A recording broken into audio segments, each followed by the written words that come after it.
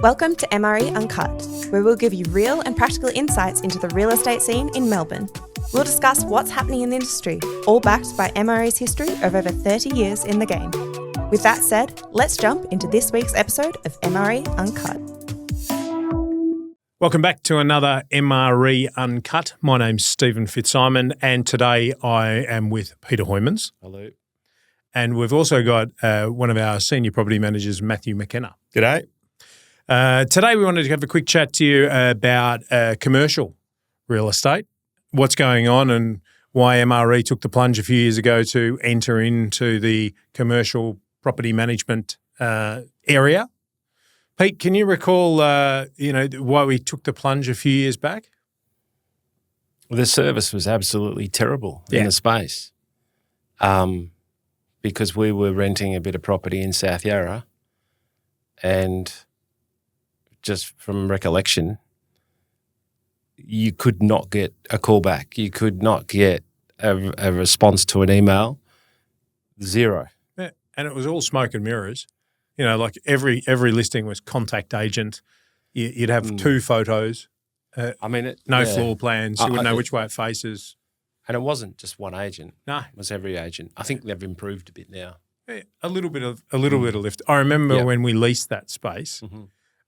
It had a car park with it. We had leased it to put 9 staff into the offices, and on the day that we were supposed to collect the keys, they gave us 1 key and no access passes to get into the building. Perfect. No car park access, just 1 key. Yeah. And we were like, there's got to be an opportunity here. Yep. I do remember that, yeah. So fascinating, like eye-opener coming from, what we consider was a high-service residential property management operator to then having that type of experience was dumbfounding. Yeah. Yeah, it was shit. Yeah. Actually, is what that would be a good word for it. People don't have time these days to, when you've got those ads that have contact agent or it doesn't have the price and that sort of thing, people don't have time. They want to see how much it is, all the information in front of them, and that's definitely something that we've done. I was with a client. I'm working with a client who's looking for some commercial, as I just mentioned before we came on. And so I made 3 calls, I think it was last week. Again, commercial. One's lease, the other 2 are for sale. No price.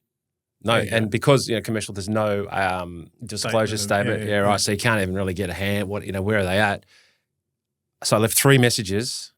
I got 3 missed calls from 3 different agents, whom I then called back and went to their voicemail. Yeah. Then they called me back and I went to Vite because I was at a meeting or whatever. Yeah. And so they went on for 2 days. And in the end, I just gave up. And I just said to the client, I'm not going to worry about those because I can't actually get a price. No. It's too hard. I don't know. It's just put the price on. Yeah. And then, I'm either going to turn up and I'm a potential or I'm not. Well, what's with that? Well, I think there's still that mentality of, if they contact me, I'll know who they are and I'll have their contact details and perhaps they've got something to sell. But you fill out an inquiry form on Real Commercial anyway. So they've got your deets. But then there's no... But then maybe you don't. They're fill potentially in dealing with unqualified clients because I don't know whether it's 3 million or 2 million. Well, that's it. Anyway, I just find it really frustrating. Well, it's a difference of opinion. But the approach that we've always taken is, if you respect people enough to actually tell them what it's like, they'll inquire if that's what they want, and therefore you're actually speaking to the people that you want to speak to, rather than the people who are just tire kickers. So I'd be interested, Matty, like commercial at the moment, driving around, looking at a few things. I'm going to auctions and opens, and there's a bit of commercial available, quite a lot of stuff that's coming on for sale, end of lease, everywhere. Abbotsford, Paran, South Yarra, Hawthorn. It's like, say, 5K radius of our office in Yarra Street. Heaps of commercial, which I think I'd actually, case in point, one recently, down in Cremorne, the land tax bill on that now is $64,000 a year. A year, yes, and the rent's $100. Oh yeah, good. So the rent's $100, but it's worth about 3.5.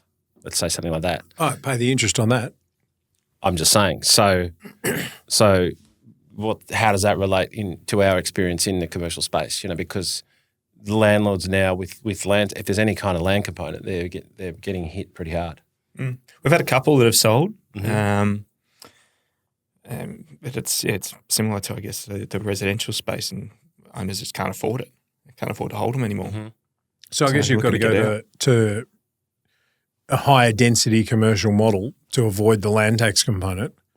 So that sort of fits some of the development that's happened around us. If you look at the Goldfields development around on Chapel Street, that's sort of been done on the basis that you've got low land value but high density, as opposed to the traditional models of the little motor repair joint that's got a little factory in Cremorne or South Yarra. That's where been the capital growth is, though. Yes. Right, so the one I was just telling you about that in Paran today that's sold for probably half of its replacement cost is that, what you're talking about. It's high density commercial, small land component.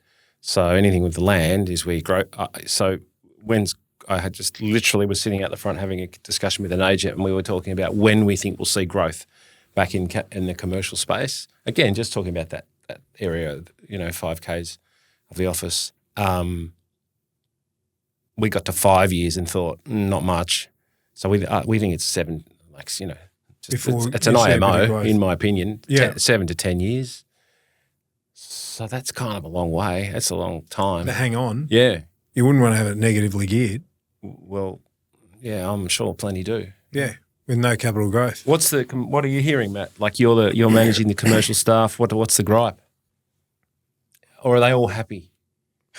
I'm not hearing too much from our commercial clients. Like I said, we had a couple that sold. But outside of that, it's been pretty quiet. We do have a couple available for lease at the moment, but getting very little traction. Are they retail, commercial? What are they? Yeah, they could. One's retail in the city, one's retail in South Yarra. But just, not really much interest.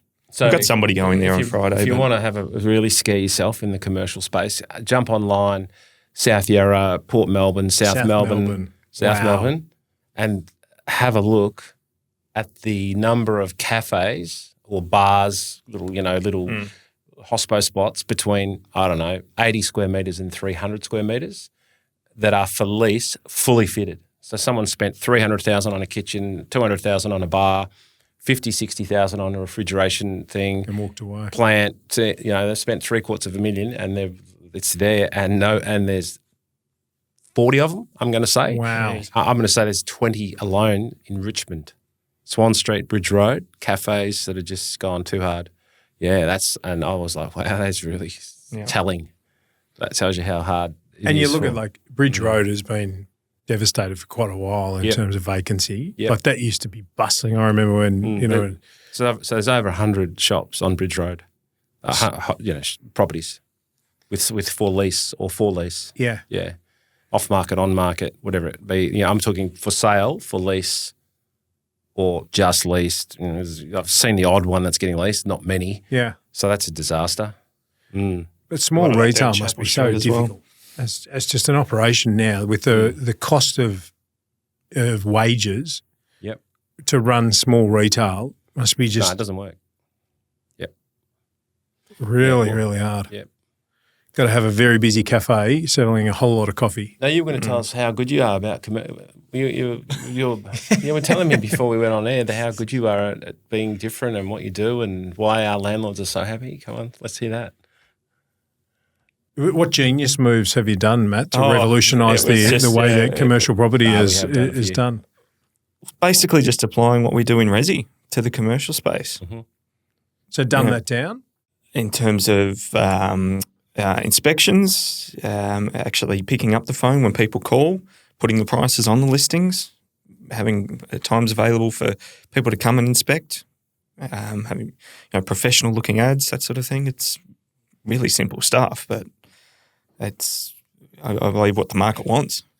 And so then the impact on that in terms of the conversion and leasing, like in a difficult market, have our clients seen success after trouble? Is that the sort of journey that we've taken them on, or is the market so challenging that your view is that every little bit makes a difference.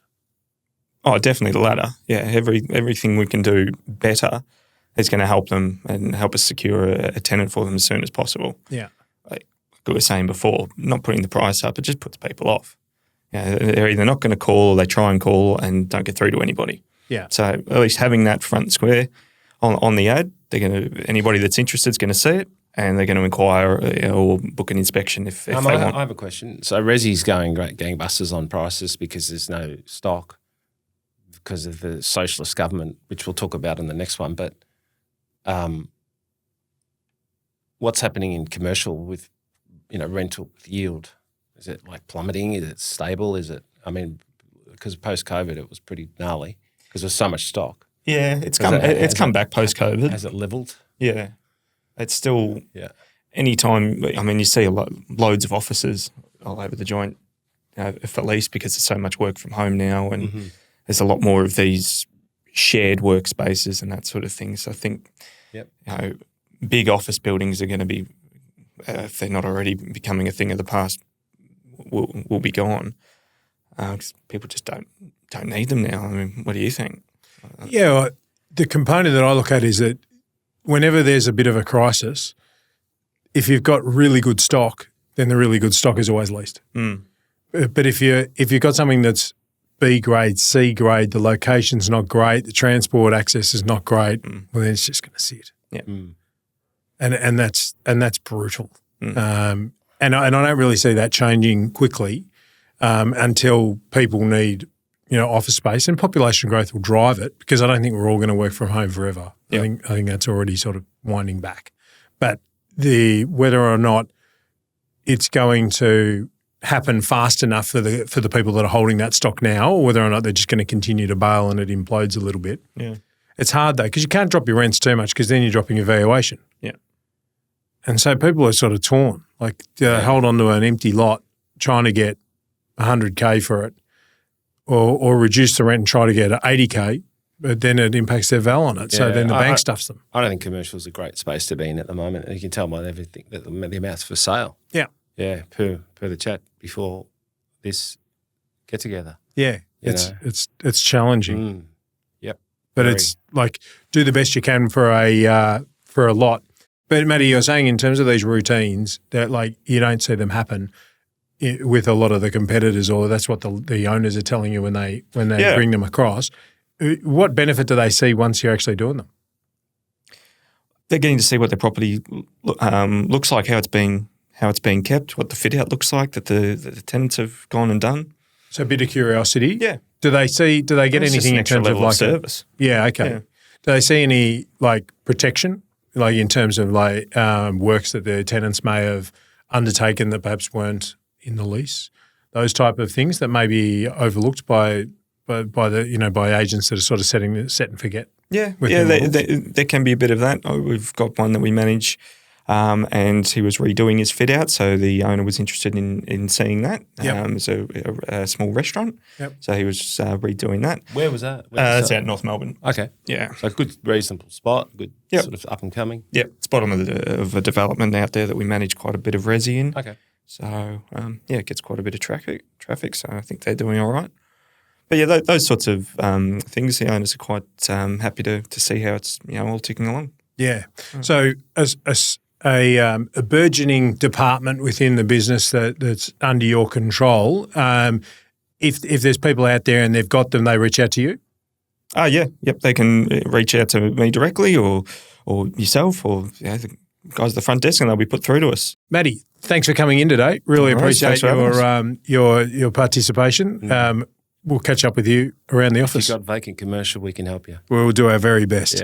Yeah. It's a tough market, but we'll work for you if we can. Thanks for listening, and we'll sign off and speak to you again soon.